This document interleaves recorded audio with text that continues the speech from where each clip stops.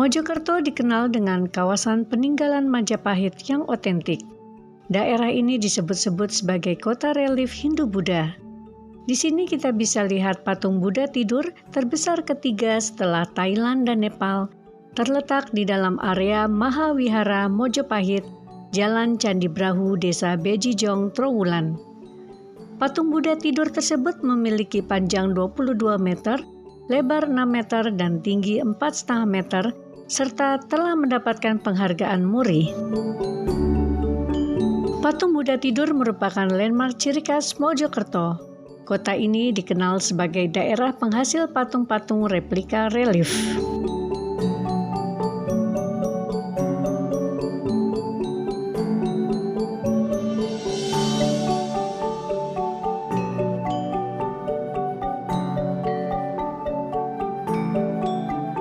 Tak jauh dari patung Buddha tidur terdapat Gedung Aula Sasono Bakti yang digunakan sebagai tempat ibadah umat Buddha sekaligus mendengarkan ceramah biksu tentang ajaran Dhamma. Di teras pintu masuk gedung bisa kita lihat patung-patung biksu berukuran sekitar 2,5 meteran berjejer seperti menyambut pengunjung.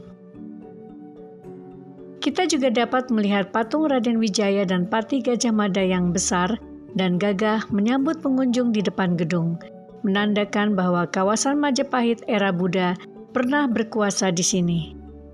Untuk masuk ke kawasan Buddha tidur, pengunjung akan dikenakan tiket masuk sebesar Rp5.000. Pengunjung yang datang dari berbagai kalangan dan latar belakang agama yang berbeda-beda, mereka sangat tertarik mengenal peradaban religi Buddha masa lalu maupun melihat patung Buddha tidur yang tersohor hingga se-Asia Tenggara.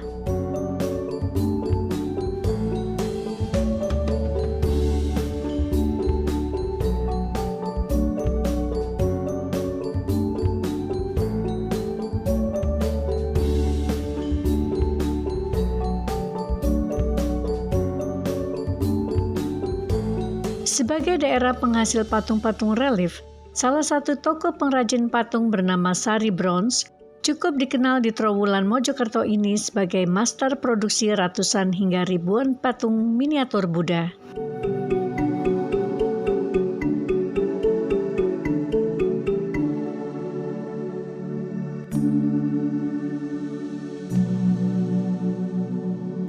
Saya Pak Sutono dari Gedung Wulan, Trowulan.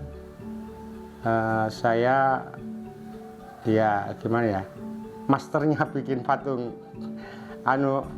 versi Majapahitan apa saja itu, dari kerajinan Cor Kuningan gitu. Saya mengerjakan patung ini sekitar tahun 70-75an itu saya ngawali buat sampai sekarang. Mulai dari patung versi Majapahitan, terus motif gerabah, genta, macam-macam itulah. Pokok adanya di katalog itu saya contoh gitu. Kalau masalah pembuatan patung ini saya sendiri, cuman saya saja sendiri punya teman, butuh teman itu kan ada bagiannya sendiri, ada bagian pengecoran, finishing. Terus kalau ada bagian pencetakan gitu. Ini pencetakan dulu ya, pembuatan molding dulu gitu ya maksudnya.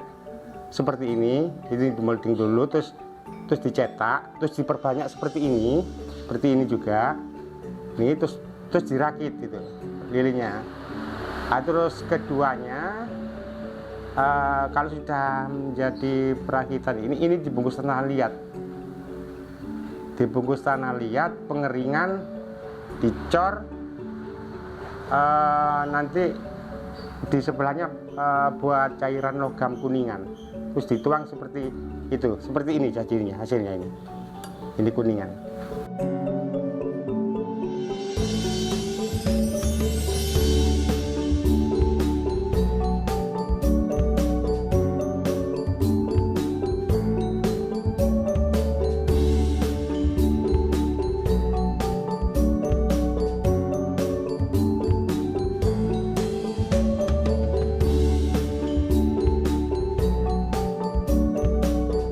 Biasanya patung-patung relief miniatur ini merupakan pesanan dari tempat peribadatan untuk wihara maupun pura. Jenisnya beragam-ragam, namun yang sering dipesan adalah patung miniatur Buddha Gautama untuk melengkapi dekorasi altar upacara keagamaan agama Buddha. Miniatur tersebut dibuat dari berbagai jenis bahan dasar seperti perak, perunggu, bahkan emas dengan bentuk yang bervariasi. Selain sebagai perlengkapan upacara keagamaan, patung-patung ini dibuat untuk souvenir dengan berbagai aksesoris yang memukau, seperti dewa-dewa agama Hindu-Buddha, Ganesha, naga, dan berbagai jenis binatang, lonceng, maupun aneka jenis souvenir yang berhubungan dengan simbol-simbol kerajaan Majapahit.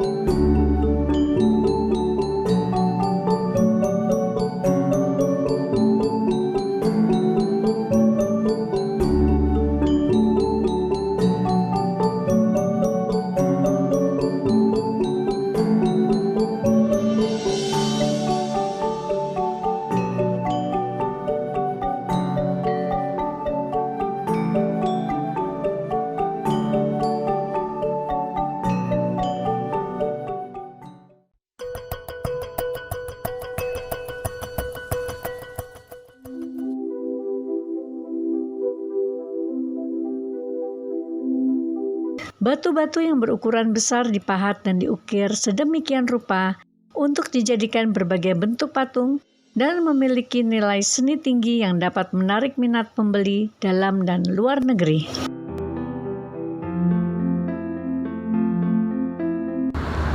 Nama saya Denny Indianto. Saya pengrajin patung Trowulan. Saya memulai dalam bidang seni ini sejak tahun 2003 sampai sekarang menggeluti bidang seni.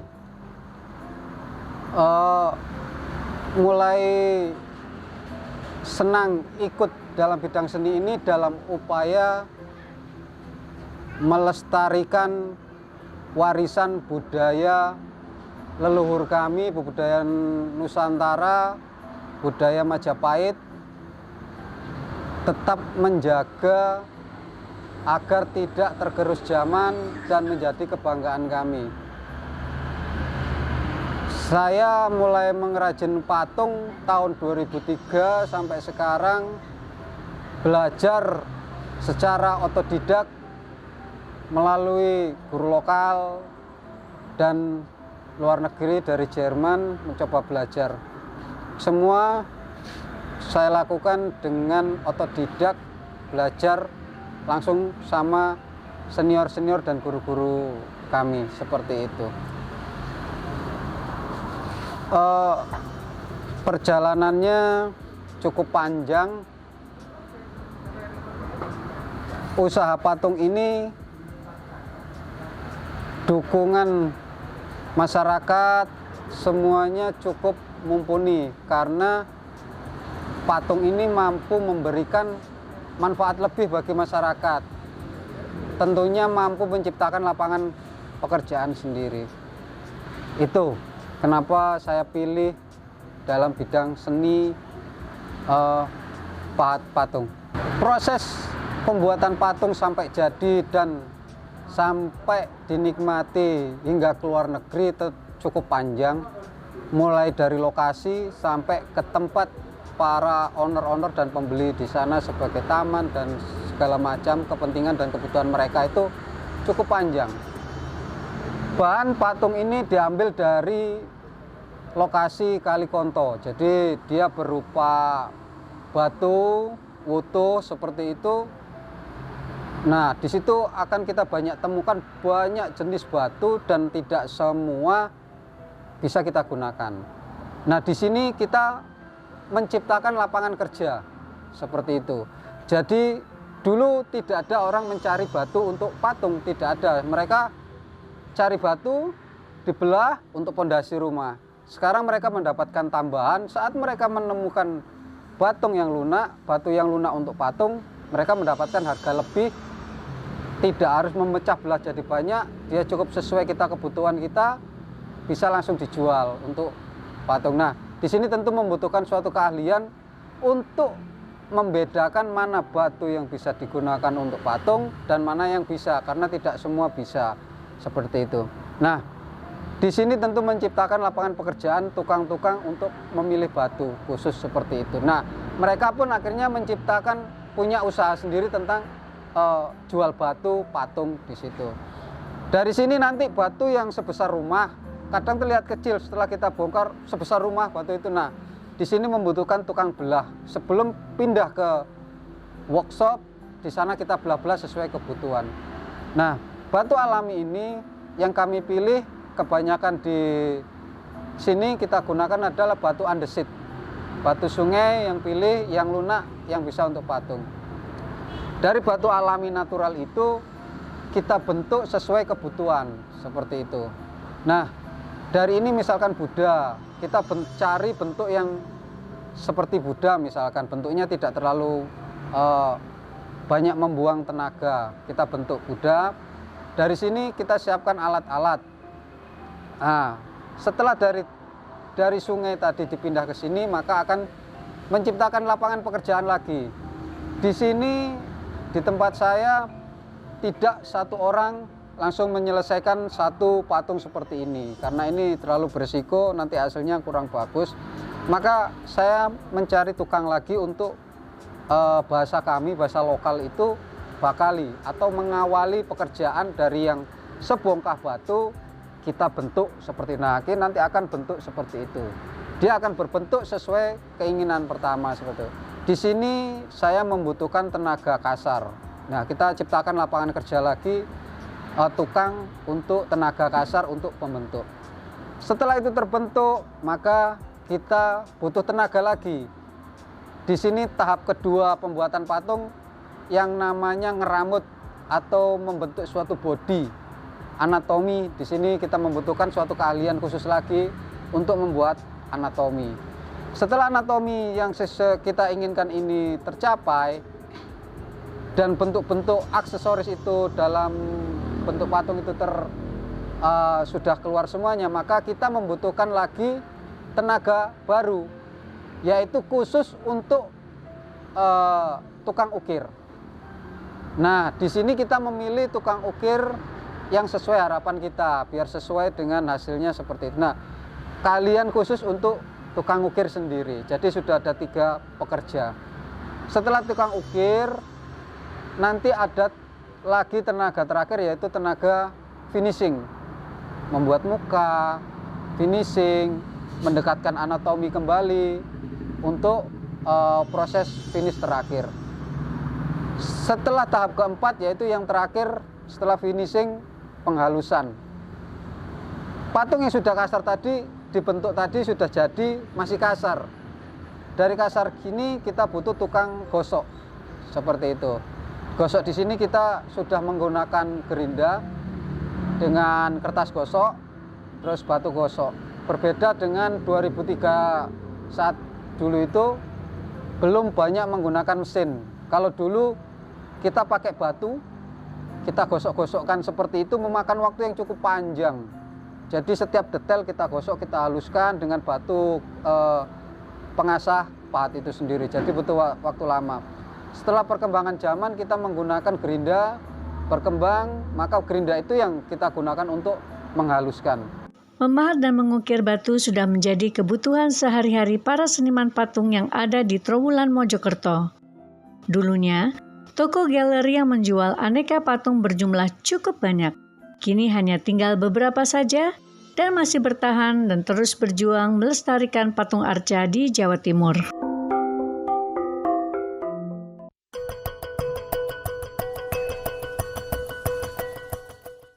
Selain souvenir kerajinan patung arca dan batu, di Jawa Timur juga kita jumpai seniman gerabah. Sejarah keberadaan gerabah ini berhubungan dengan kondisi masa lalu di era Majapahit yang mana masyarakatnya gemar membuat guci dari tanah liat, gentong, pot, dan juga berbagai hiasan dari tanah liat yang dibakar. Kemudian diukir sedemikian rupa agar tampak indah dan memiliki nilai seni yang menarik dibandingkan dengan gerabah pada umumnya. Pengrajin-pengrajin gerabah banyak dijumpai di Trowulan hingga Mojokerto sampai ke daerah-daerah yang memiliki jalur keberadaan Majapahit sejak zaman dulu di sekitar Jawa Timur. Bahan dasar gerabah ini berasal dari tanah merah yang cenderung berwarna merah. Produksi gerabah menjadi mata pencarian para seniman gerabah hingga produk kerajinan ini dibeli tak hanya masyarakat dalam negeri, melainkan juga mancanegara seperti Malaysia, Thailand, Kamboja, India, dan sebagainya.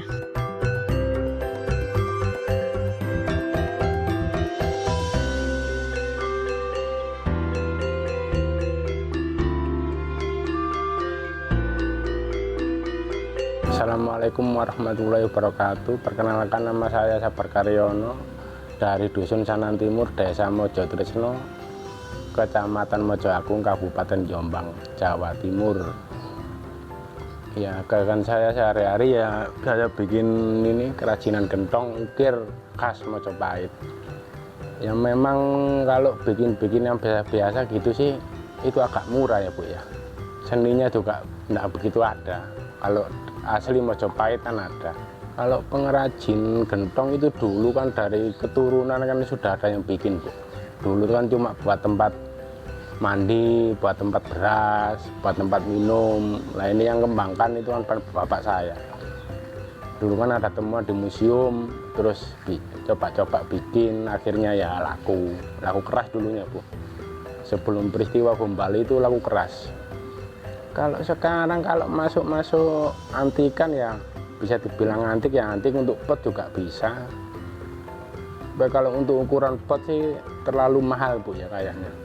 Yang paling murah ya minimal 100 sampai jutaan. Kalau itu motifnya itu sih kalau saya bikin itu cuma ukiran Bu. Kalau saya bikin kayak binatang enggak mau saya.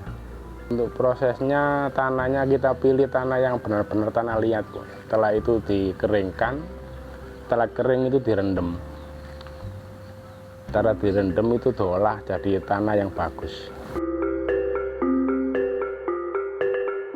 Usaha seni gerabah yang otentik ini sudah ada sejak zaman Majapahit dulu dan dilakukan secara turun-menurun oleh masyarakat Jawa Timur yang memiliki keahlian membuat seni kerajinan keramik dari tanah liat.